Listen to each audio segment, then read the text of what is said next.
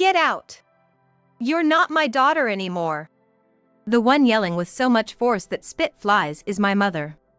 Her face is beet red with anger, and she's holding a knife with both hands, the points directed at me. I can't support a leech who doesn't even contribute to the living expenses.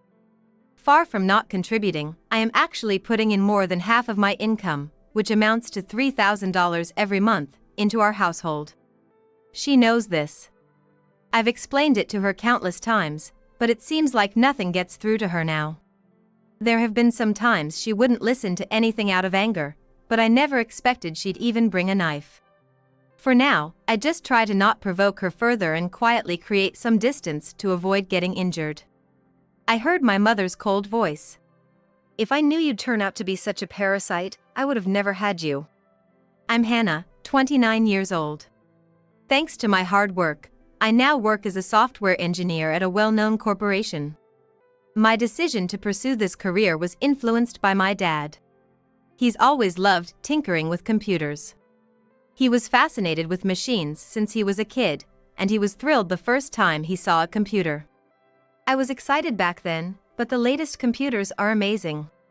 Look, this one is so thin yet the screen is so clear. He'd say with a smile. And he used to take me to electronics stores. He would show me the latest computer models, pointing out their features. Seeing my dad so happy working with computers sparked my own interest. Although he was usually quiet, he would teach me all about them when it came to computers. Eventually, I realized I was better at using computers than most people my age, and I wanted to learn more deeply, leading me to major in engineering in college. When job hunting, I chose a career related to computers without hesitation. I successfully landed a job as a software engineer at my current company. Most of my work is remote, and I've enjoyed it, managing to achieve a lot compared to my peers. The times I'd go home and talk about work with my dad were some of the best. Then, one day, my dad collapsed. I got a call from Mom and rushed to the hospital. Is Dad okay?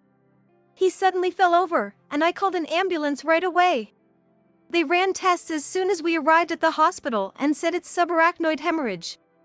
He needs urgent surgery, and he's in the operating room now. What are we going to do about our life from now on? Oh, Dad. I waited, praying for his safety. A few hours later, the doctor came to update us on my dad's condition. The surgery was successful, but there might be some lasting effects on his arms and legs. The most important thing was that he was alive. That gave me some peace of mind. My mom said beside me, "What about work? I wonder if he'll be able to work again. I'm worried. If we lose our income source, how am I supposed to live?" My mom was concerned about her own future. She's always been like this. She always thinks of herself first, before the family. Seeing her like this made me sad all over again. I visited a few times while my dad was hospitalized, and just as the doctor said, he seemed to have trouble moving his arms and legs. He's been working hard on his rehabilitation before discharge, but it was clear he would have some disabilities. During his stay, my mom would bring only the bare minimum necessities and leave quickly. Considering the commute to his job would be too much for him in his condition, and realizing he couldn't continue working, my dad had no choice but to resign. Since he would need care and couldn't live alone, I had discussed it with my mom. It's gonna be hard for Dad to live alone with his condition, so I hope you can help him out. But I wasn't really expecting an answer to begin with. I've got my hands full too, and I can't be bothered with taking care of him. Mom snapped back instantly. I was disheartened. Mom was never the type to put family first, even when I was little. She always put herself above everyone else. However, I believed she had some love for Dad and thought she'd reach out to help him now that he was in this condition. But she refused my request for care as well. Yeah, I get it. Then I'll just move back in and take care of Dad myself. That would really help me out. When can you start living here? Since my job was basically remote, I figured I could balance work and caregiving as long as I had a laptop and could conduct online meetings. I knew it'd be a tough life balancing work and caregiving, but for my beloved father, I decided to move back in with my parents. The day I moved back home, while packing up, Mom said to me, "For breakfast, make sure we can eat by 7 a.m. It'd be good to have eggs and salad, considering health. And keep the trash in small bags to avoid smells. Oh, and burnable trash goes out on Mondays and Thursdays, so make sure to take it out. And remember, cleaning is a daily task. I'm so glad you're back." Mom had said she'd take care of herself when I moved back, but suddenly, she started dumping all the housework on me. Yet, for all her demands, I noticed the house was a mess. It seemed she hadn't been doing much cleaning herself.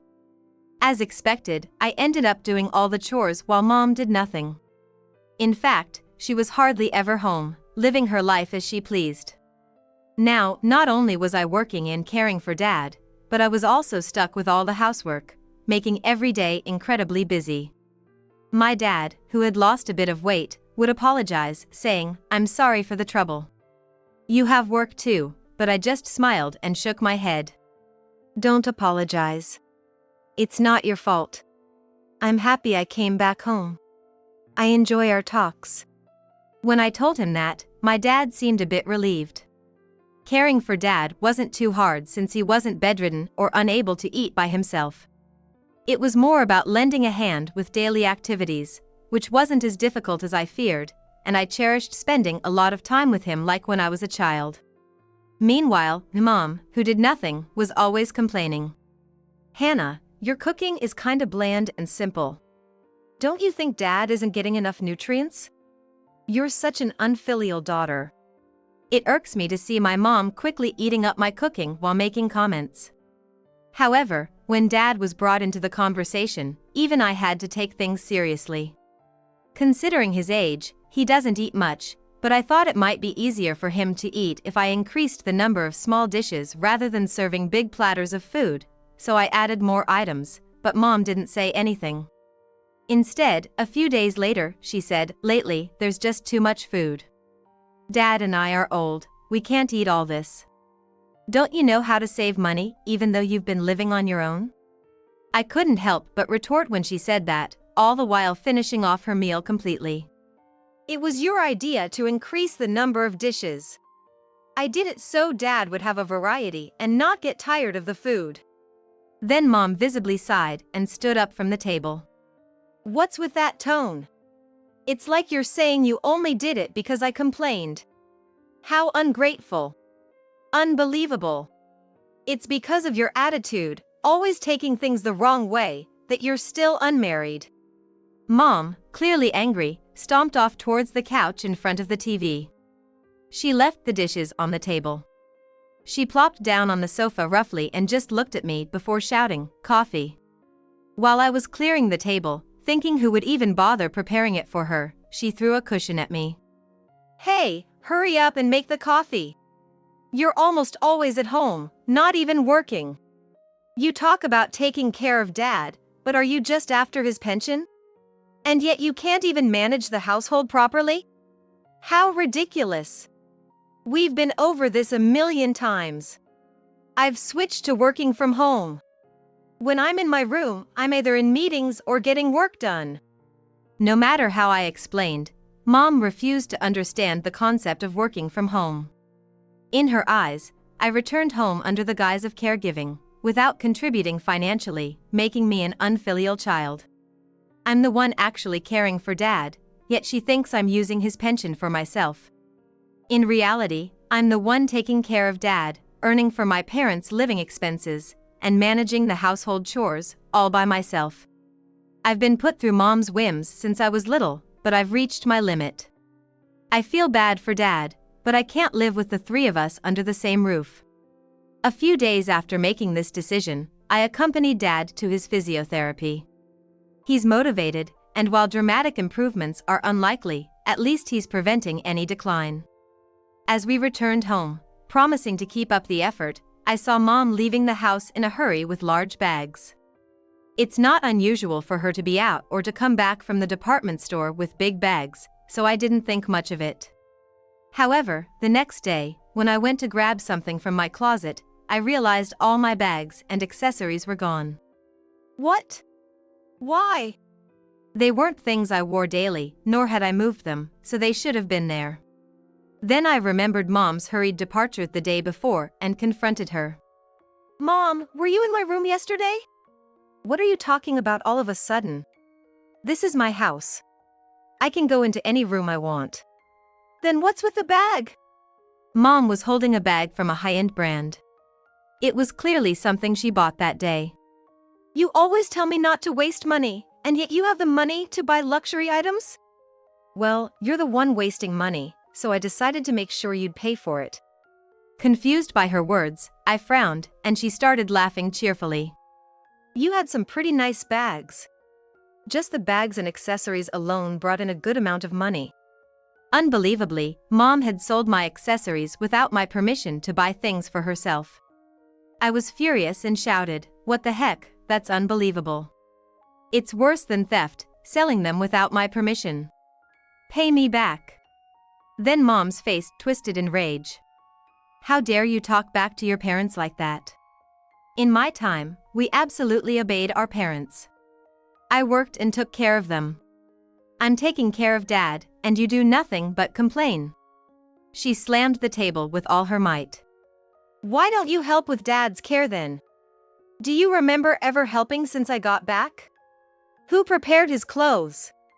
Who helped him stand up from his chair? You don't do any of that, yet you claim to be taking care of things. The one being taken care of the most in this house is you. I couldn't stand it and slammed my hand down on the table, staring at her. Mom had a rough relationship with Dad's mom. You could say she was pretty much bullied by her mother-in-law.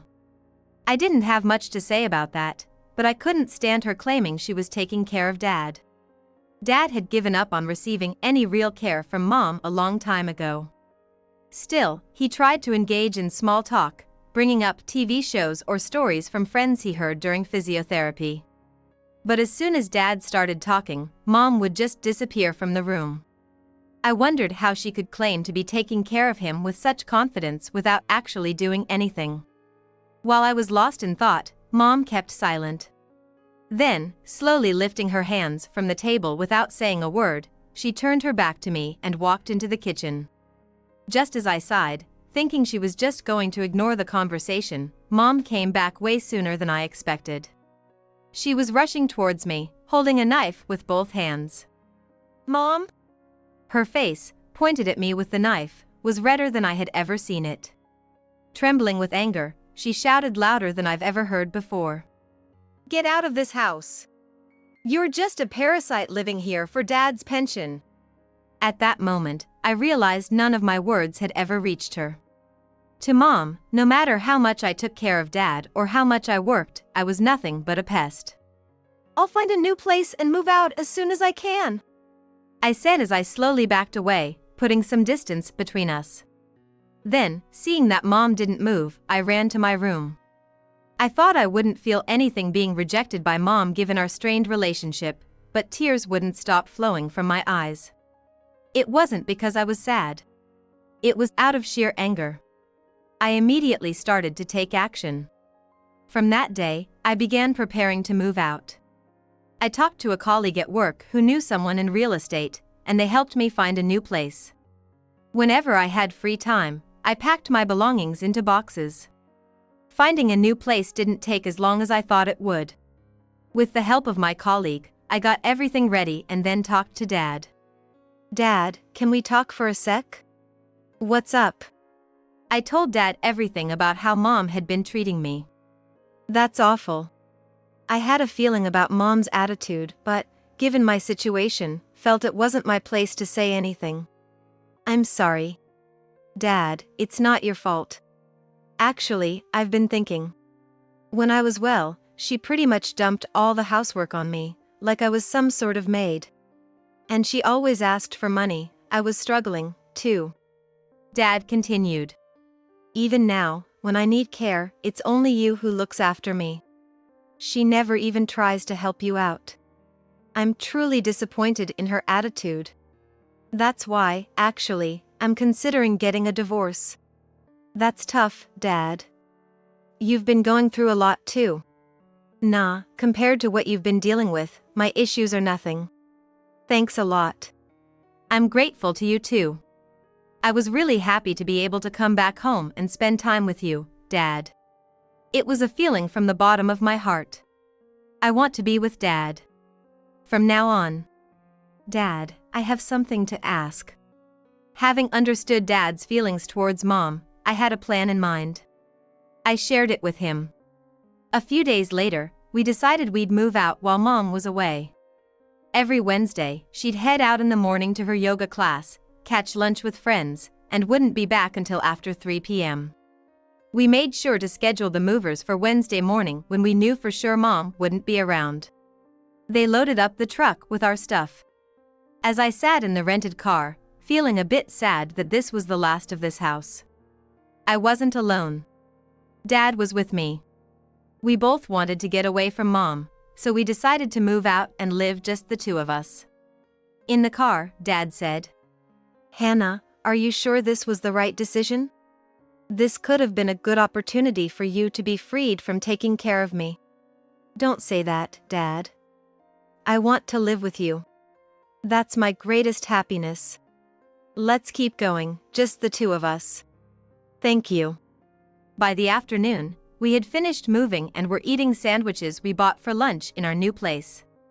Sorry, we didn't have time for anything else today. It's nostalgic. I used to eat these a lot before you came back home. I never had time to cook because of work. Your mom always complained, though.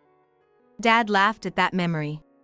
The sandwiches tasted especially good as we chatted about such simple things. While taking a break from unpacking, the phone rang. It was Mom.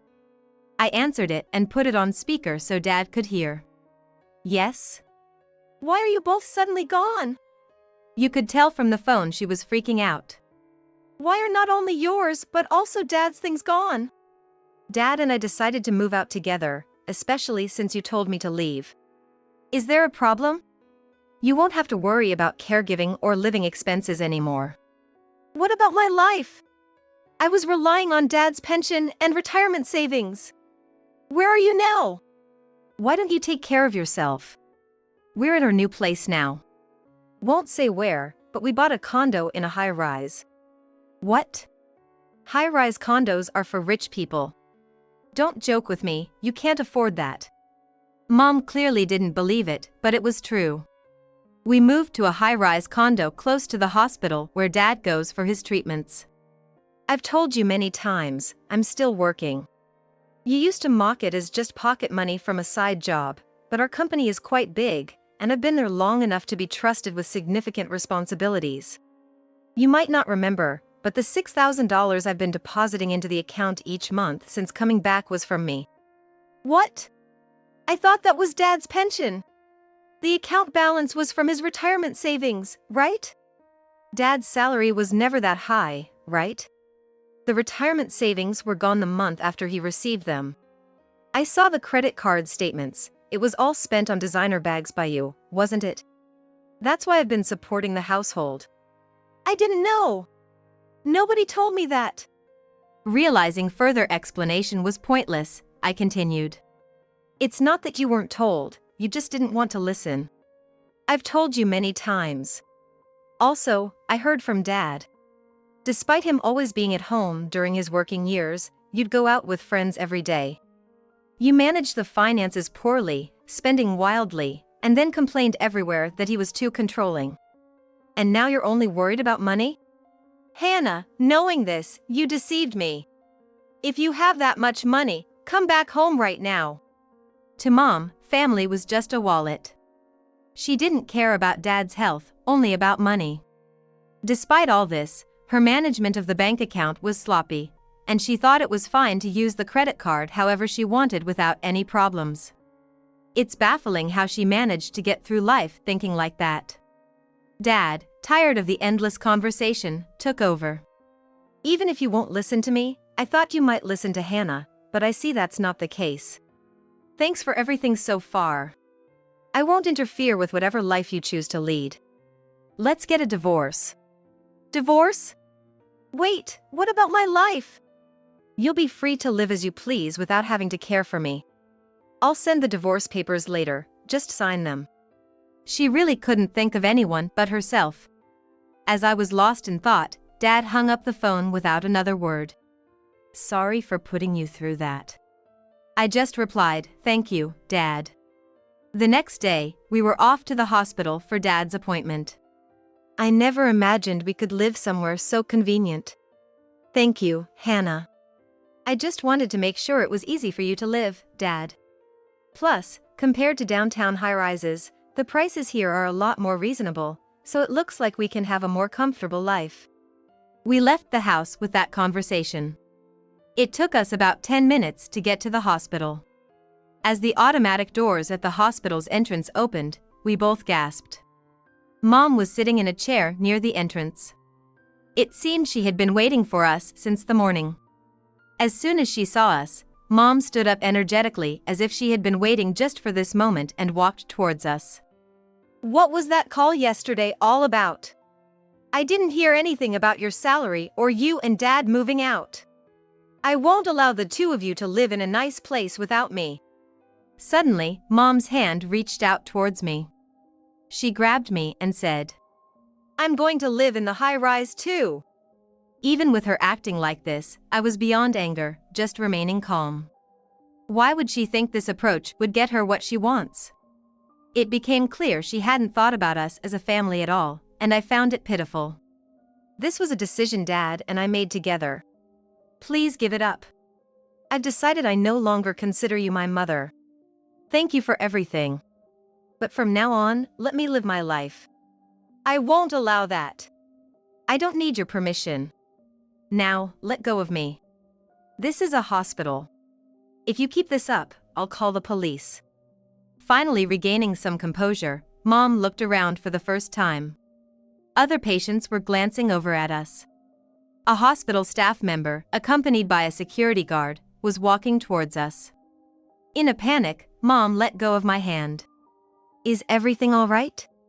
Without looking at the person who asked, Mom hurried away. That was my mother. We had a little dispute, I said as I watched Mom's back disappearing through the hospital entrance. She seemed weaker than usual. For the next few days, Mom appeared to stake out the hospital and search the surroundings for us. But Mom only acted tough towards those she perceived as weaker than herself. After being escorted out by the security guard and yelled at by other patients calling her a suspicious person, she never showed up again. That day was the last time I saw my mother. Afterward, Dad consulted a lawyer to seriously pursue a divorce from Mom. Mom was reluctant about the divorce until the end, fussing and even saying she would demand alimony. But when the lawyer patiently explained that her position did not entitle her to alimony, she realized she couldn't get any. She tried to appeal to the lawyer's sympathy, claiming she couldn't live on her own, but the lawyer coolly referred her to municipal assistance and support centers and proceeded with the formalities. Eventually, a few months after the incident at the hospital, the divorce was finalized. Dad decided to sell our family home since he wouldn't be using it anymore. Mom was strongly against losing the house at the first time, but at the moment she learned she'd get money from the sale even after the divorce, she changed her attitude quickly. She wholeheartedly agreed, a sight so foreign it was hard to believe she was my mother. Dad and I sighed together, remarking on her greed until the very end. After selling the home, Dad and I have been enjoying a peaceful life.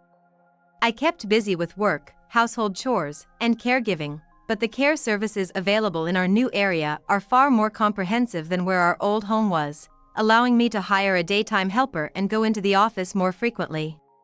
Dad's condition has gradually worsened with age. And we've been troubled over the doctor's suggestion that he consider moving into a facility. Just when I was getting used to our new routine, I received a call from an unknown number. Thinking it was work-related, I answered only to hear Mom's voice. Hannah, I've almost run out of savings. Just a few months after receiving the money from the house sale, her savings were nearly depleted. So, give me some money, even a little. Think of it as your last act of filial piety. I have no money left to give you. Dad and I are living happily together. Please don't disturb us anymore. How dare you call me a disturber? To your own mother.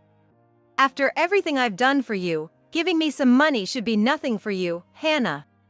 Why do you think you're working at a good company? Pay back your mother properly. Don't contact me again. Exhausted from arguing, I hung up. Later, I blocked her number, but she kept changing her number to call back. It seems she hadn't realized at first that I was blocking her, but then learned she could reach me by using different phones.